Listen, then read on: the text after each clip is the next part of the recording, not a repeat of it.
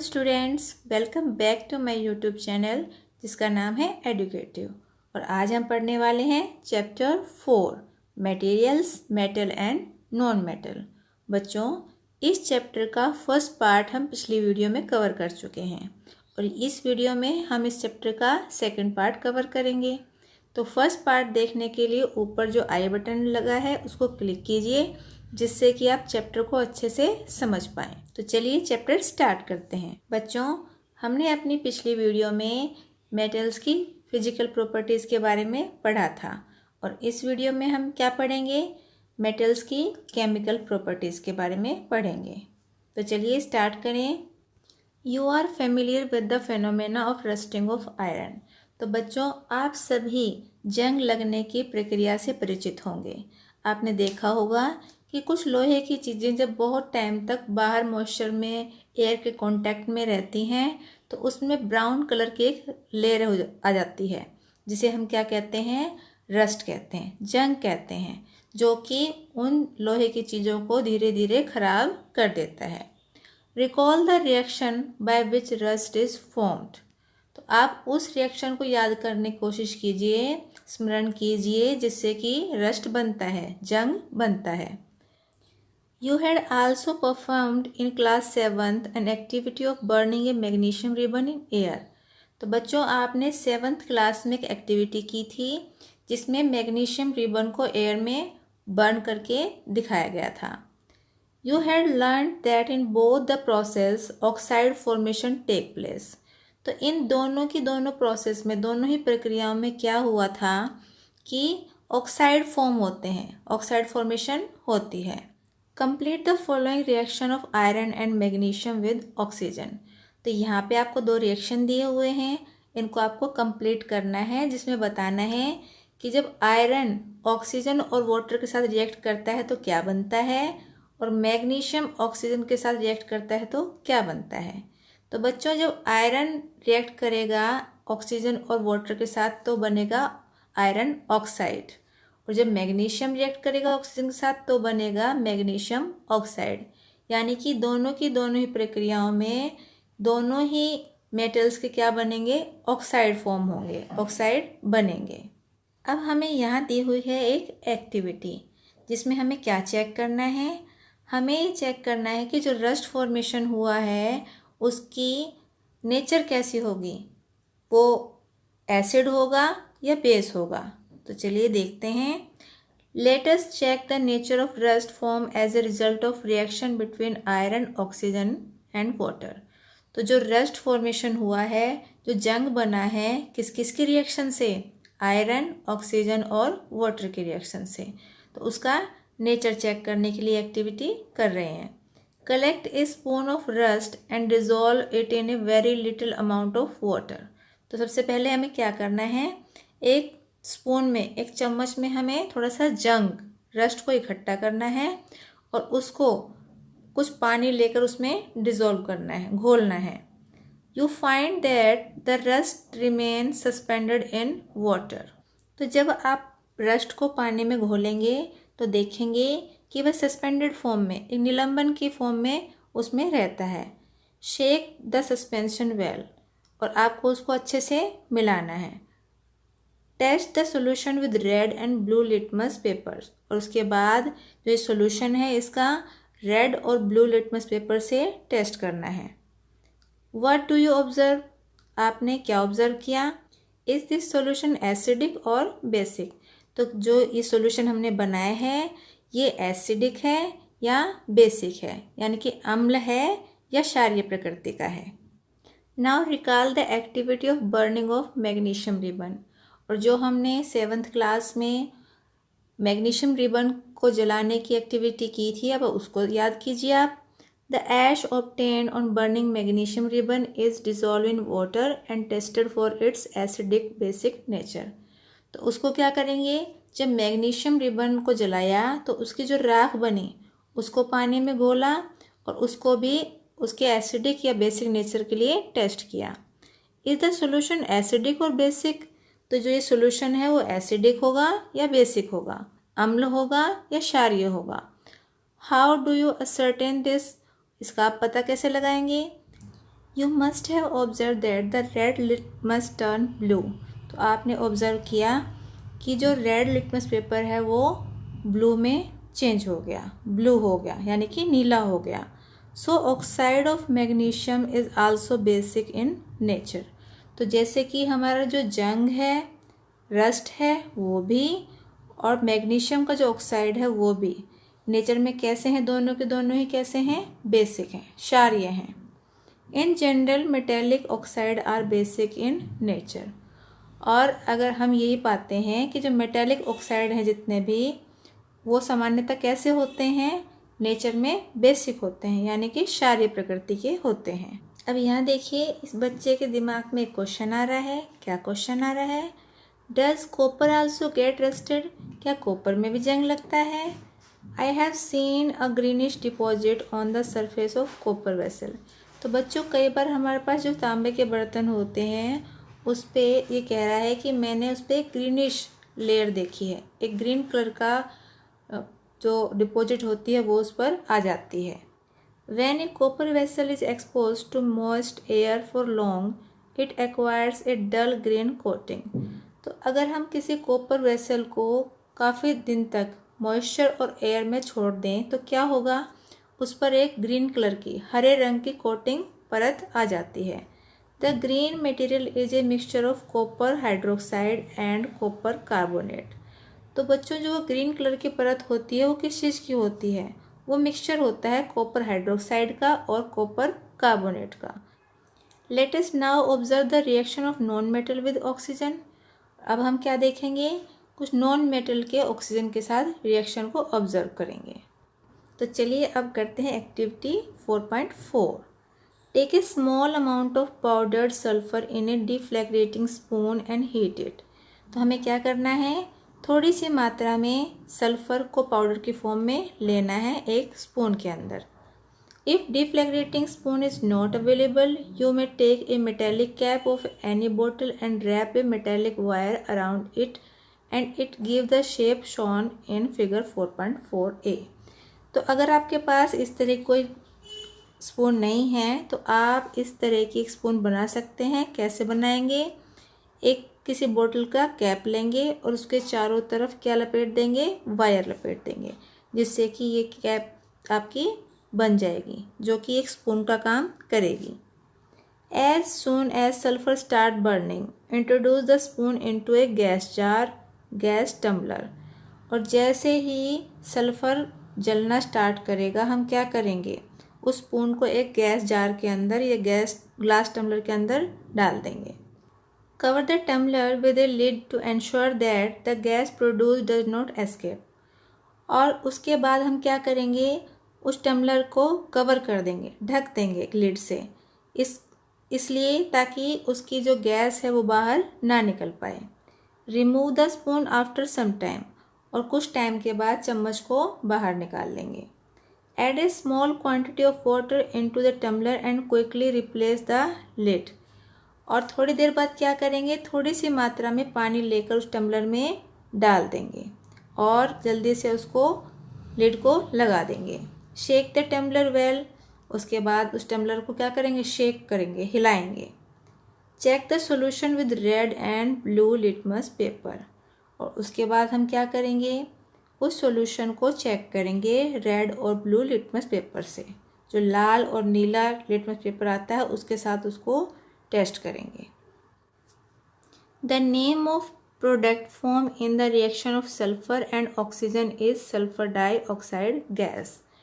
तो जब सल्फर और ऑक्सीजन को रिएक्ट करवाएंगे, आपस में दोनों का रिएक्शन होगा, तो उससे जो प्रोडक्ट बनेगा उसको क्या नाम देंगे हम, सल्फर डाइऑक्साइड। यानी जो उससे प्रोडक्ट बनेगा उसका क्या नाम होगा, sulphur dioxide gas. When sulfur dioxide is dissolved in water, sulfurous acid is formed. और जब हम सल्फर डाइऑक्साइड को वाटर में डिज़ोल्व करेंगे, घोलेंगे, तो उससे क्या बनेगा, सल्फरस एसिड बनेगा। The reaction can be given as follows, जो कि हमें रिएक्शन के फॉर्म में यहाँ पर दिया हुआ है। सल्फर डाइऑक्साइड को हमने किससे रिएक्ट करवाया, वाटर से, और फिर प्रोडक्ट क्या बना हमारा, sulphurous acid. The sulphurous asset turn blue litmus paper red.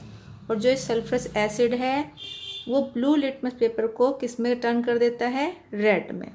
Generally oxide of non metal are acidic in nature. तो हम इससे क्या समझ सकते हैं कि जो नॉन मेटल के ऑक्साइड हैं वो प्रकृति में कैसे होते हैं? एसिड होते हैं, यानी कि अम्लीय होते हैं। और मेटल के कैसे होते हैं? क्षारीय होते हैं। Recall the names of some of the laboratory acid and bases you have read in class 7th। तो बच्चों, जो आपने 7th क्लास में अपनी प्रयोगशाला में कुछ एसिड और बेस के नाम पढ़े थे, सुने थे, उनको याद करने की कोशिश कीजिए। Note down their names in table 4.4। और एक टेबल बनाइए जिसमें कि जो कि टेबल 4.4 है उसमें उनके नाम को आप नोट कीजिए। आइडेंटिफाई द मेटल और non metal present in them. और उसके बाद जो उसमें मेटल या नॉन मेटल प्रेजेंट है उसको आइडेंटिफाई कीजिए। Which forms oxide with oxygen, जो कि ऑक्साइड बनाता है ऑक्सीजन के साथ। तो बच्चों, ये है टेबल 4.4 जिसको कि आपको कंप्लीट करना है।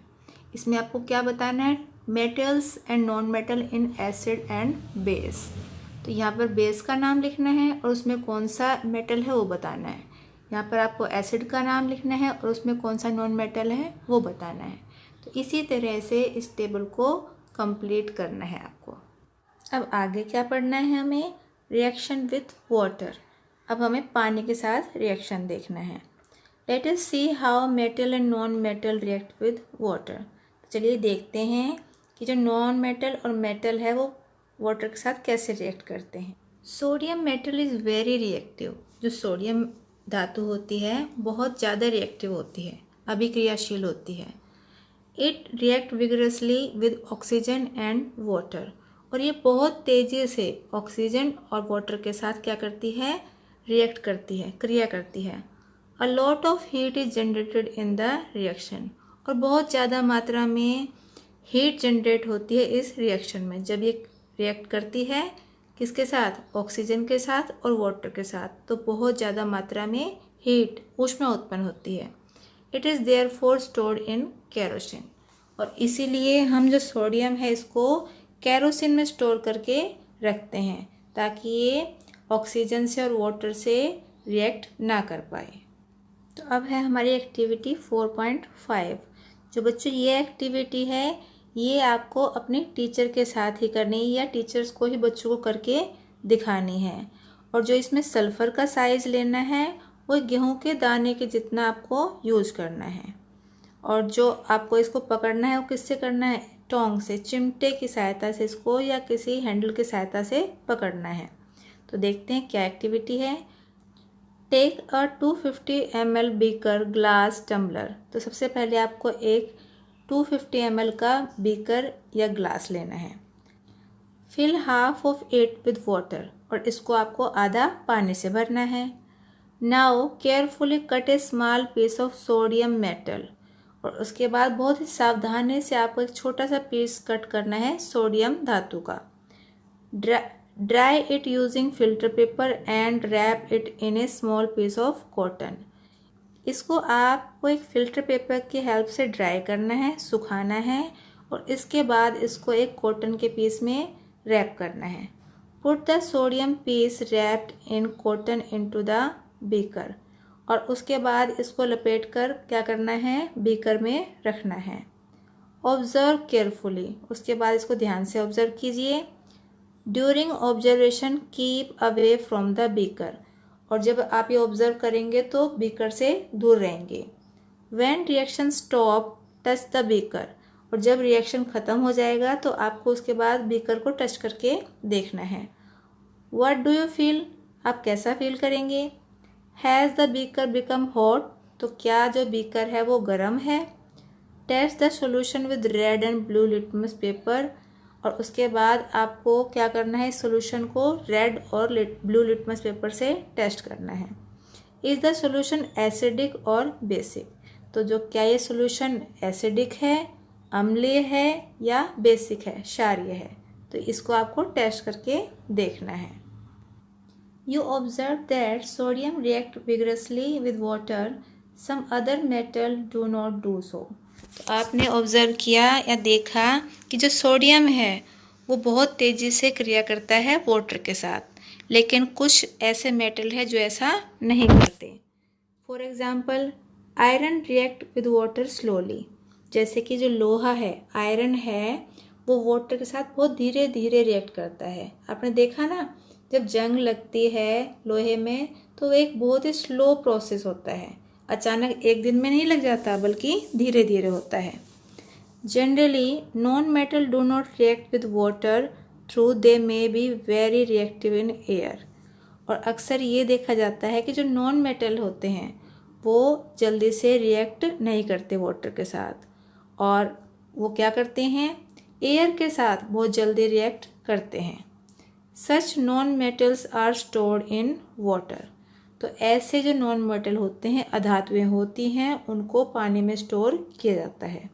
For example, phosphorus is a very reactive non metal. जैसे कि जो फॉस्फोरस है नॉन मेटल, वो बहुत ही ज़्यादा रिएक्टिव क्रियाशील अधातु है। It catches fire if expose to air. अगर उसको हवा में खुला छोड़ देंगे तो क्या होगा, वो आग पकड़ लेगा। To prevent the contact of phosphorus with atmospheric oxygen it is stored in water. तो ये इसका कॉन्टैक्ट ना हो हवा के साथ फॉस्फोरस का, इसलिए क्या करते हैं, इसको वाटर में स्टोर करते हैं, पानी में स्टोर करते हैं। अब नेक्स्ट टॉपिक है हमारा रिएक्शन विद एसिड, यानी कि अम्लों के साथ क्रिया। Let's see how metal and non metal behave with acid. तो चलिए देखते हैं कि जो मेटल हैं और नॉन मेटल वो एसिड के साथ, अम्लों के साथ कैसे बिहेव करते हैं। तो इसके लिए हम क्या करेंगे, एक्टिविटी 4.6। सबसे पहले आपको एक वार्निंग है कि keep the mouth of the test tube away from your face. तो जो टेस्ट ट्यूब है उसका जो मुंह है उसको अपने फेस से दूर रखना है। Use test tube holder to hold the test tube. और टेस्ट ट्यूब जो होल्डर होता है उसको यूज़ करिए आप टेस्ट ट्यूब को पकड़ने के लिए।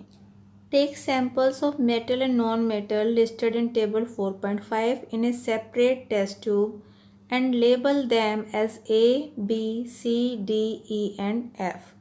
तो आपको सैंपल लेने हैं मेटल और नॉन मेटल के, जो कि क्या करना है, उनको अलग अलग टेस्ट ट्यूब में आपको डालना है और उसके बाद उस टेस्ट ट्यूब की लेबलिंग करनी है A, B, C, D, E और F के नाम से। With the help of a dropper, add 5 ml of dilute hydrochloric acid to the each test tube 1 by 1। और एक ड्रॉपर की हेल्प से आपको हर एक टेस्ट ट्यूब के अंदर 5 ml क्या डालना है, हाइड्रोक्लोरिक एसिड डालना है। Observe the reaction carefully. और उसके बाद जो रिएक्शन होगा उसको सावधानीपूर्वक आपको ऑब्जर्व करना है। If no reaction occurs in a cold solution, और अगर जो ठंडा सोल्यूशन है उसमें कोई रिएक्शन नहीं होता, warm the test tube gently. तो उसको क्या करेंगे, आप गर्म करेंगे। Bring a burning matchstick near the mouth of each test tube. और उसके बाद एक जलती हुई माचिस के तीली लाएंगे हर एक टेस्ट ट्यूब के पास। Repeat the same activity using dilute sulphuric acid instead of the dilute hydrochloric acid. और इसके बाद यही एक्टिविटी फिर से दोहराएंगे, जिसमें क्या करेंगे, हम dilute हाइड्रोक्लोरिक एसिड की जगह क्या ले लेंगे, dilute सल्फ्यूरिक एसिड ले लेंगे। Record your observation in table 4.5। और जो भी रिएक्शन आपको दिखाई देगा उसको आप एक टेबल बनाकर, जिसको टेबल 4.5 का नाम देंगे, उसमें रिकॉर्ड करेंगे। तो ये देखिए, ये टेबल आपकी बुक में बनी भी हुई है। तो इसको आपको कैसे फिल करना है, यहाँ देखिए, ये हैं टेस्ट ट्यूब के लेबल जो कि A, B, C, D, E और F है। उसके बाद यहाँ पर आपने क्या लिखे हैं, मेटल और नॉन मेटल के नाम लिखे हैं यहाँ पर।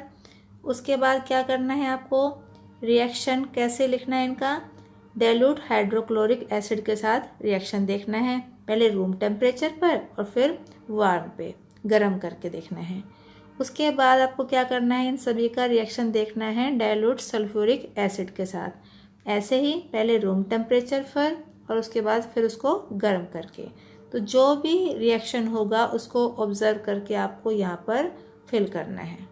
तो बच्चों, जो आपने एक्टिविटी की है उसके बाद क्या आप बता सकते हैं कि जो मेटल हैं और नॉन मेटल एसिड से रिएक्ट करते हैं तो क्या उनमें कोई डिफरेंस होता है? Is there a difference in the way metal and non-metal react with acid? What could the pop sound in some cases be due to when a burning matchstick is brought near the mouth of the test tube?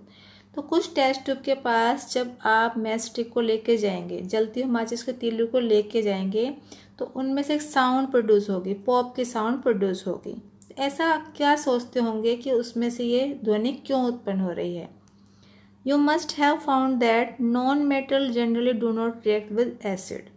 तो आपने पाया कि जो non metal है, अधातुएं हैं, वो सामान्यतः acid से रिएक्ट नहीं करते। But metals react with acid and produce hydrogen gas that burns with a pop sound.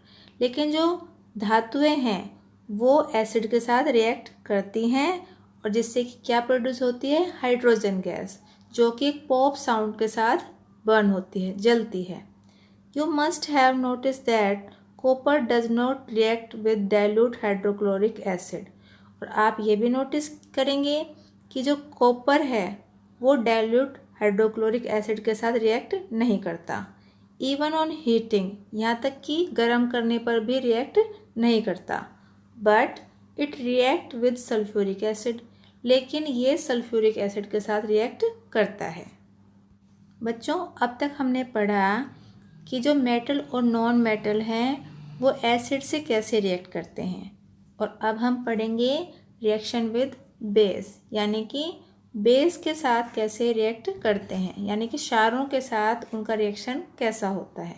तो बच्चों, जो अगली एक्टिविटी है, एक्टिविटी 4.7, ये भी आपके टीचर आपको क्लास में करके दिखाएंगी और उन्हीं के साथ आपको ये करनी भी है। During the preparation of sodium hydroxide solution, care should be taken that the pellet of sodium hydroxide are handled with a plastic spatula. तो जब आप सोडियम हाइड्रोक्साइड का सॉल्यूशन बनाएंगे तो उस टाइम क्या करेंगे, जो उसकी पैलेट है सोडियम हाइड्रोक्साइड की, उसको क्या करेंगे, स्पैचुला से, प्लास्टिक स्पैचुला से पकड़ेंगे। Prepare a fresh solution of sodium hydroxide in a test tube by dissolving 3-4 pellets of it in 5 ml of water.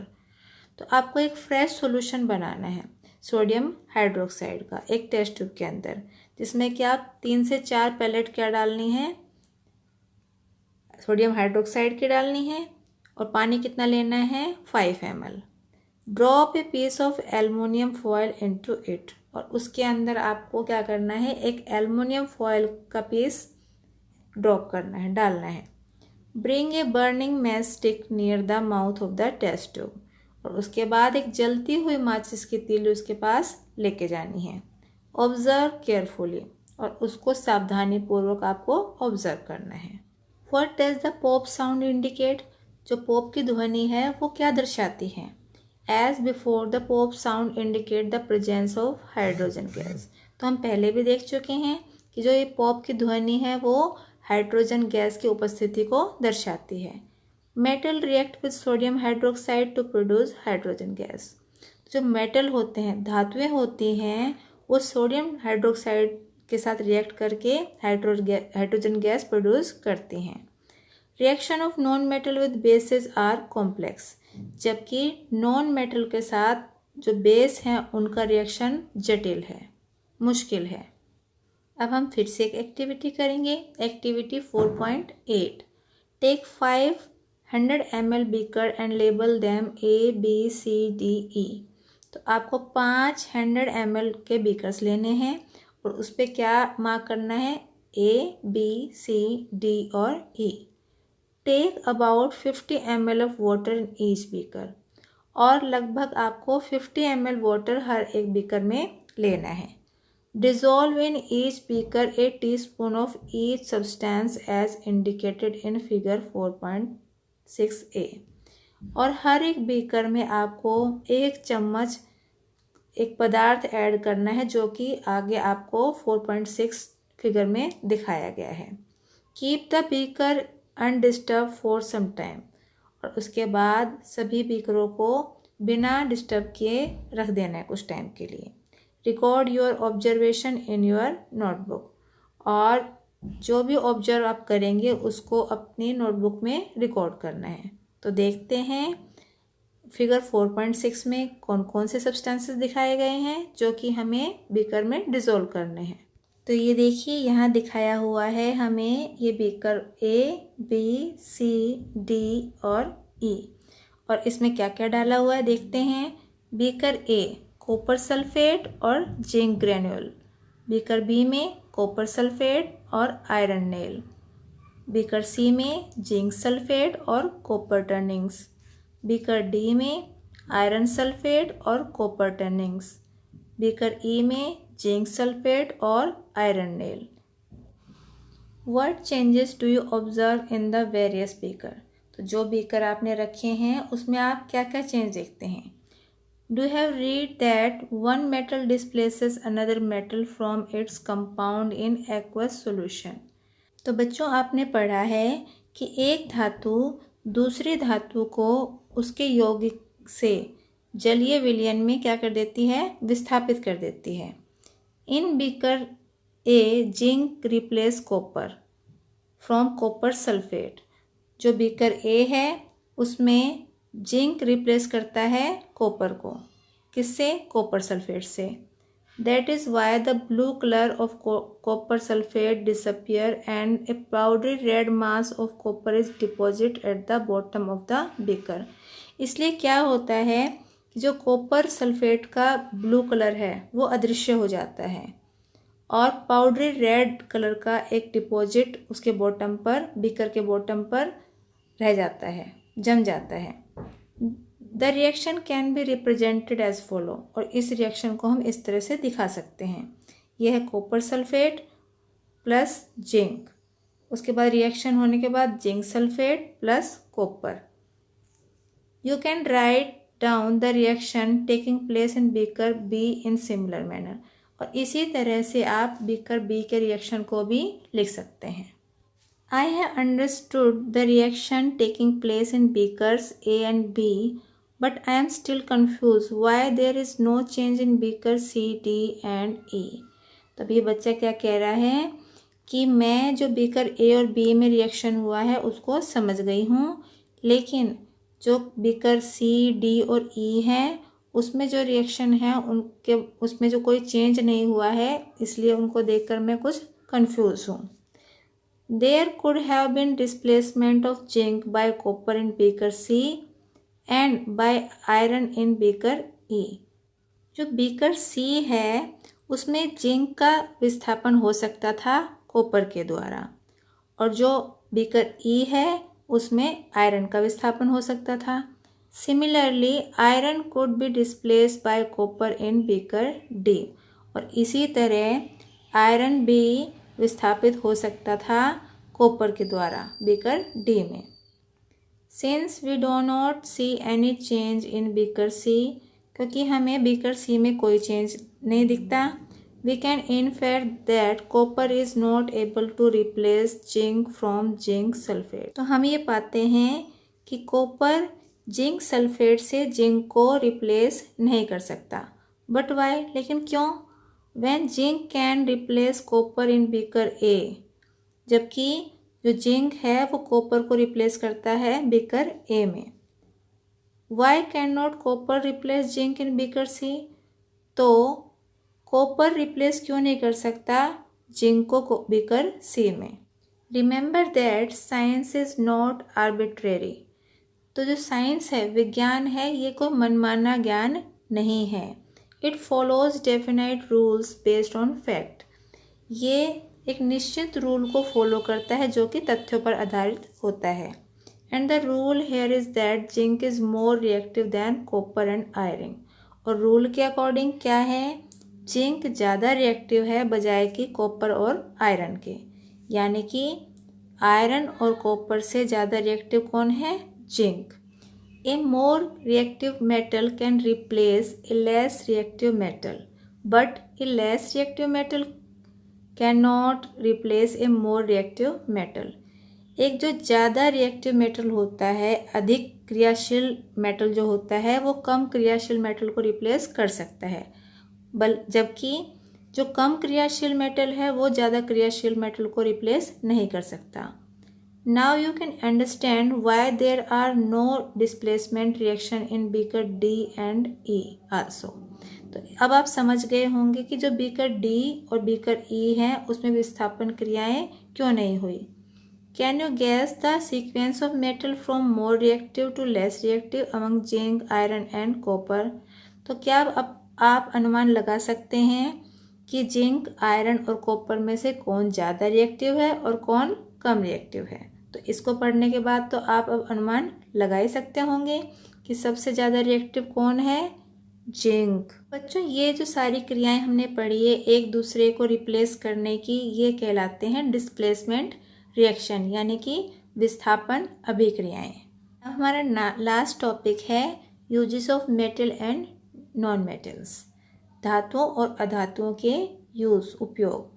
You should be able to guess why metals are used in making machinery, automobiles, aeroplanes, trains, satellites, industrial gadgets, cooking utensils, water boilers, etc. तो बच्चों अब आप इस बात को समझ सकते हैं और अनुमान भी लगा सकते हैं कि क्यों कुछ मेटल का उपयोग हम करते हैं इन कामों के लिए, मशीन बनाने के लिए, ऑटोमोबाइल्स बनाने के लिए, एरोप्लेन बनाने के लिए, ट्रेन, इंडस्ट्रियल गैजेट बनाने के लिए, बर्तन बनाने के लिए हम मेटल का उपयोग करते हैं। You are also familiar with the uses of some non metal, और साथ ही साथ आप कुछ नॉन मेटल अधातुओं के यूज से भी परिचित होंगे। Here are some interesting ones, we are sure that you will guess them right. तो यहाँ कुछ इंटरेस्टिंग तथ्य बताए जा रहे हैं जिनको आप पढ़कर अनुमान लगा सकते हैं कि किसके बारे में बात की जा रही है। तो आप करने की कोशिश कीजिए, अनुमान लगाने की कोशिश कीजिए कि किसके बारे में बात की जा रही है। देखिए, non metal essential for our life which all living beings inhale during breathing. तो ऐसा नॉन मेटल जो कि हम सबकी लाइफ के लिए ज़रूरी है और सभी सजीव ब्रीदिंग के दौरान उसका यूज़ कर सकते हैं। तो आपको इन सभी के आंसर देने की कोशिश करनी है, अनुमान लगाना है। सेकंड क्या है, non metals use in fertilizers to enhance the growth of plants. अब एक नॉन मेटल है जिसको कि हम फर्टिलाइजर में, उर्वरकों में यूज करते हैं प्लांट की ग्रोथ को बढ़ाने के लिए। थर्ड नंबर पे क्या है, non metals use in water purification process. एक ऐसा नॉन मेटल, एक ऐसी अधातु जिसको कि वाटर प्यूरिफिकेशन की प्रक्रिया में यूज किया जाता है। उसके बाद फोर्थ है, non metal use in the purple coloured solution which is applied on wounds as an antiseptic. और जब कई बार आपके पैरों पे, हाथ पे कहीं चोट लग जाती है या कोई घाव हो जाता है, उस पर पर्पल कलर का एक सॉल्यूशन लगाते हैं, तो उसमें जो नॉन मेटल यूज होता है उसका नाम बताना है, आपको गैस करना है कि क्या है उसका नाम। नंबर 5, नॉन मेटल यूज इन क्रैकर। और एक ऐसा नॉन मेटल, एक ऐसी अधातु जिसका कि पटाखों में, क्रैकर में यूज होता है। You may add some more uses of metals and non metal from your experience. और इनके साथ साथ ही आप कुछ और भी यूजेस ऐड कर सकते हैं, धातुओं के भी और अधातुओं के, अपने एक्सपीरियंस के आधार पर। तो बच्चों ये था हमारा चैप्टर 1 का पार्ट 2, और चैप्टर को अच्छे से समझने के लिए चैप्टर का पार्ट 1 ज़रूर देखिए, जिससे कि आपको ये पूरा चैप्टर अच्छे से समझ आ जाए। आज की वीडियो में बस इतना ही, लेकिन अगर आपको वीडियो पसंद आई है तो वीडियो को लाइक और शेयर करना बिल्कुल ना भूलें। और अगर आप चैनल पर नए हैं तो चैनल को सब्सक्राइब कीजिए और बेल आइकन को प्रेस ज़रूर कीजिए, जिससे कि मेरी आने वाली सभी वीडियोस आप तक पहुंच सकें और आप उनको देख सकें। और लास्ट में बस यही कहूँगी, घर पर रहिए मगर पढ़ते ज़रूर रहिए। Thank you for watching my video.